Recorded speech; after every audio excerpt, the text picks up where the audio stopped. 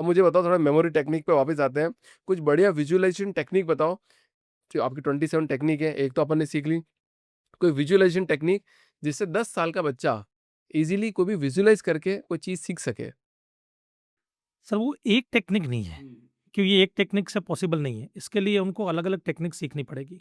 जैसे जो book with page number मैं याद करवाता हूँ और जिसमें मैंने 2 वर्ल्ड रिकॉर्ड बनाए, वो एक्चुअली क्या है, वो एक टेक्निक नहीं है। 10 टेक्निक का एक प्रॉपर स्ट्रक्चर्ड और ऑर्गेनाइज्ड वे में बनाया हुआ कॉम्बिनेशन है वो। पहले आपको वो 10 टेक्निक सीखनी होती है, फिर उन टेक्निक्स को कैसे डिसिप्लिन के साथ इम्प्लीमेंट किया जाता है वो सीखना होता है। देन उसके बाद में वो चीज़ जब आप इम्प्लीमेंट करते हैं तो चीज़ें आपको याद होनी शुरू हो जाती है। तो ये मैं इस एक पॉडकास्ट के अंदर तो नहीं समझा पाऊँगा, बट हाँ, मैं इतना ज़रूर बोलूँगा कि आप इस पॉडकास्ट के नीचे मेरे यूट्यूब का लिंक डाल देना, उसमें कम से कम 8-10 टेक्निक बच्चों को मिल जाएगी जो उनके काम की रहेगी। कोई सबसे फ़ेवरेट टेक्निक जिससे मेमोरी मेमोरी बहुत सॉलिड हो जाए? वो टेक्निक नहीं, वो फिर मैं आपको सिस्टम बताऊँगा कि किस तरह से आपको जो मेमोरी स्ट्रॉन्ग करनी है, तो क्या सिस्टम आपको फ़ॉलो करना चाहिए। सबसे पहली चीज़ तो आप बच्चों का जो है ना मोबाइल देखना बंद करवा दीजिए। सिर्फ़ पढ़ाई के टाइम पर देखें, बाकी के टाइम पे मोबाइल नहीं होना चाहिए उनके पास पढ़ाई में। के टाइम पे हाँ, देखना? पढ़ाई के टाइम पे देखने का मतलब क्योंकि आजकल के बच्चे मोबाइल में ही पढ़ रहे हैं, उसके लिए मतलब पढ़ाई के टाइम पे मोबाइल देखने का मतलब ये नहीं है कि आप रील्स वगैरह देखें। पढ़ाई के टाइम में मतलब अगर मोबाइल में उनकी पढ़ाई हो रही है तो बस वो उतना ही देखें वहाँ पर, बाकी कुछ नहीं। फिज़िकल एक्टिविटी में इनको इन्वॉल्व कीजिए। मॉर्निंग के अंदर इनको मेडिटेशंस के लिए कीजिए। खाने-पीने की व्यवस्था जो ये आजकल पिज़्ज़ा, बर्गर वगैरह खाते हैं, ये सब बंद कीजिए। ये ब्रेन को बहुत ज़्यादा नुकसान पहुँचाते हैं ये सब चीज़ें। पेरेंट्स को नहीं पता, बच्चों को स्वादिष्ट लगती है, बच्चे ये चीज़ें खाते हैं, ये नुकसानदायक होती है। एक तरीका मैं आपको बताता हूँ, जो 10 साल का बच्चा तो शायद नहीं इम्प्लीमेंट कर पाएगा, बट 14-15 साल के उसके ऊपर के बच्चों के लिए तरीका बहुत कारगर है। आपको अगर कोई चीज़ याद रखनी हो और आपको लगता है ना कि यार ये सब्जेक्ट बहुत कॉम्प्लिकेटेड है, समझ में नहीं आ रहा है, याद नहीं होता है। आपको क्या करना है, टीचर जब पढ़ा रहा हो तो उस वक़्त उसको अच्छे से पढ़ो, घर जाकर के उसके खुद के नोट्स बनाओ। नोट्स बनाने में 75-25 रेशियो रखो। 25% जो पेज का यदि पूरा पेज होता है, उसका 75% पेज पर तो नोट्स लिखो और नीचे 25% पे उसका समरी लिखो। जो ऊपर 75% में लिखा ना, उसका समरी लिखो एकदम शॉर्ट में। समरी लिखने के बाद में इस तरह से आपको क्या करना है, रेगुलर करना है। रात को सोने से पहले जो समरी लिखी, उस समरी को एक बार पढ़ लेना है। क्योंकि रात को भी हमारा ब्रेन काम करता है। बॉडी सो रही होती है, रिलैक्स मोड में रहती है, ब्रेन नहीं रहता है। अब रात को रिवीजन करके जब सोते हैं, तो ब्रेन उन चीज़ों को प्रोसेस करना शुरू कर देता है और उसको सेग्रीगेट करना शुरू कर देता है, जो भी पूरे दिन में आपने काम किया। जब आप इस तरीके को अप्लाई करोगे ना, आपको चीज़ें याद होनी शुरू हो जाएगी। अब इसके पीछे का साइंस समझो। पहली चीज़ टीचर ने बोली, एक इन्फॉर्मेशन आपके कानों के थ्रू ब्रेन तक पहुँची, बट वो याद नहीं हुई। फिर आपने उस चीज़ को घर आने के बाद में लिखा। जब आप लिख रहे हैं तो आपने कभी नोटिस किया होगा, अपन कोई कहानी लिखते हैं, कुछ भी चीज़ लिखते हैं तो ब्रेन में एक इमेज बनती चली जाती है। हम कोई चीज़ मैं दिल्ली गया तो दिल्ली की एक इमेज बन जाएगी। तो जब हम कोई चीज़ पढ़ रहे हैं, उस पढ़ाई को जब लिख रहे हैं, नोट्स बना रहे हैं, तो उसकी एक इमेज हमारे ब्रेन में क्रिएट होती है, जिसको हम विजुअलाइज़ेशन या इमेजिनेशन बोलते हैं। वो इमेजिनेशन से एक इन्फॉर्मेशन ब्रेन तक जाती है। जब आप लिखते हो तो आपका हाथ पेन को टच करता हो तो एक टच आपके ब्रेन तक जाता है उन चीज़ों से रिलेटेड। तो ये सब चीज़ें जब ब्रेन तक जा रही है बार-बार रेगुलर बेसिस पर, तो एक ही इन्फॉर्मेशन ब्रेन को बार-बार, बार-बार जा रही है। फिर रात को सोने से पहले आप उस चीज़ को रिवाइज़ करते हो, तो ब्रेन को क्या लगता है, अरे यार ये इन्फॉर्मेशन एक तो रेगुलर इंटरवल से आ रही है और ब अलग-अलग सेंस से आ रही है, मतलब ये इम्पोर्टेंट है, इसको सेव करना ज़रूरी है। अब वो आपकी मेमोरी में सेव हो जाएगा। कंप्लीट सेव कर लेगा। अब एक बात बताओ सर, पूरी दुनिया बादाम खिलाती है।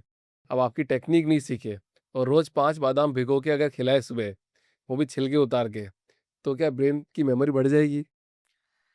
मैं किसी भी बादाम की कंपनी के ऊपर कोई कमेंट नहीं करना चाहता यहाँ पर, बट मैं आपको ये बोलूँगा बादाम खाने से अगर मेमोरी बढ़ती, तो आज हर बच्चा टॉपर होता हर फील्ड के अंदर। क्योंकि 5 बादाम तो सब खिला सकते हैं। हाँ, वो तो आराम से और मैं खुद खाता हूँ, मेरे घर में खाते हैं। मेरे अब जैसे अब मैंने जितनी डिग्री ली है, ज़रूर थोड़ी है कि मेरे जो भाई हैं, वो भी उतनी डिग्रियाँ लें, वो मुझसे भी ज़्यादा जा सकते हैं आगे, तो कोई मुझसे भी पीछे रह सकता है। ये सब डिपेंड करता है आपके डेडिकेशन और डिसिप्लिन पर। बिना डेडिकेशन के कुछ भी पॉसिबल नहीं। आज मेरी मेमोरी टेक्निक मैं आपको बताता हूँ, इतने सारे बच्चे सीखते हैं। उनमें से कई विद पेज नंबर बुक याद कर लेते हैं, उनके वीडियोज़ भी हैं, मेरे यूट्यूब चैनल पे मिल जाएँगे। दूसरे कई और भी जो है यूट्यूबर, उनके यूट्यूब चैनल पे भी उनके वीडियोज़ हैं कि बच्चों ने विद पेज नंबर मेरी टेक्निक से बुक याद की। बट हर कोई नहीं करता। क्यों? क्योंकि टेक्निक्स मैं सिर्फ़ सिखा सकता हूँ। जब तक आप इसको रेगुलर प्रैक्टिस में नहीं लाओगे ना, तब तक ये काम नहीं करेगी। और प्रैक्टिस में जो ला रहा है वो आगे बढ़ रहा है और जो डेडिकेशन नहीं दिखा पा रहा है, वो नहीं कर पा रहा है इस चीज़ को। जैसे एक छोटा-सा एग्ज़ाम्पल देता हूँ, हमारी टेक्निक क्या है? मैं आपको गाड़ी चलाना सिखा देता हूँ अभिषेक जी। मैं गाड़ी के पहले दिन ड्राइविंग सीट पे बैठ गया, मैंने बोल दिया ऐसे चाबी लगाई जाती है, ये एस्केलेटर है, ये ब्रेक है, ये क्लच है, ये गियर है, सब कुछ सिखा दिया। और 2-3 दिन मैंने चलाई, फिर आपसे चलवाई, मैं बाजू में बैठा रहा, आप चला रहे थे। 15 दिन में आप चलाना सीख गए। बट आप मुझे बताइए कि 15 दिन बाद में आप उस गाड़ी को पूरे कॉन्फिडेंस के साथ रोड पे भगा सकते हैं क्या? नहीं, उसके लिए आपको प्रैक्टिस करनी पड़ेगी। आप 15-20 दिन, 1 महीना, 2 महीना रेगुलर चलाएँगे, तब आपका कॉन्फिडेंस आएगा। आप उस चीज़ को यूज़्ड टू हो जाओगे। फिर आप अगर कॉन्शियस भी नहीं रहोगे, सबकॉन्शियस माइंड जो आपका है, सबकॉन्शियस माइंड, वही आपकी गाड़ी चला देगा। ऑटोमेटिक ब्रेक लग जाएगा, दिमाग में कोई भी थॉट चल रहा होगा तो। कोई सामने आ गया, ब्रेक लग जाएगा ऑटोमेटिक। क्यों? प्रैक्टिस। तो ये टेक्निक भी वैसी कि प्रैक्टिस तो आपको करनी पड़ेगी। मेरे ये नहीं है, अगर कोई ये बोलते हैं ना मुझे कोर्स खरीदने से पहले, आप देखेंगे हम उसमें लिखते हैं, अगर आप ये सोच रहे हैं कि ये 15 घंटे का कोर्स करते ही आप महेश गौड़ बन जाएँगे या आप दूसरे मेमोरी मैन या तीसरे मेमोरी मैन बन जाएँगे, या आप 15 घंटे के बाद में जैसे आज कोर्स देखना शुरू किया, कल तक कोर्स खत्म और परसों से बुक पूरी विद पेज नंबर याद हो गई, नहीं पॉसिबल है ऐसा। डेडिकेशन देना पड़ेगा, डिसिप्लिन देना पड़ेगा, जो ट्रेनिंग के लिए हम चीज़ें बताते हैं वैसे आपको रेगुलर बेसिस पे प्रैक्टिस करनी पड़ेगी। जब आप प्रैक्टिस करते हैं तो 2-3 महीने की प्रैक्टिस होती है।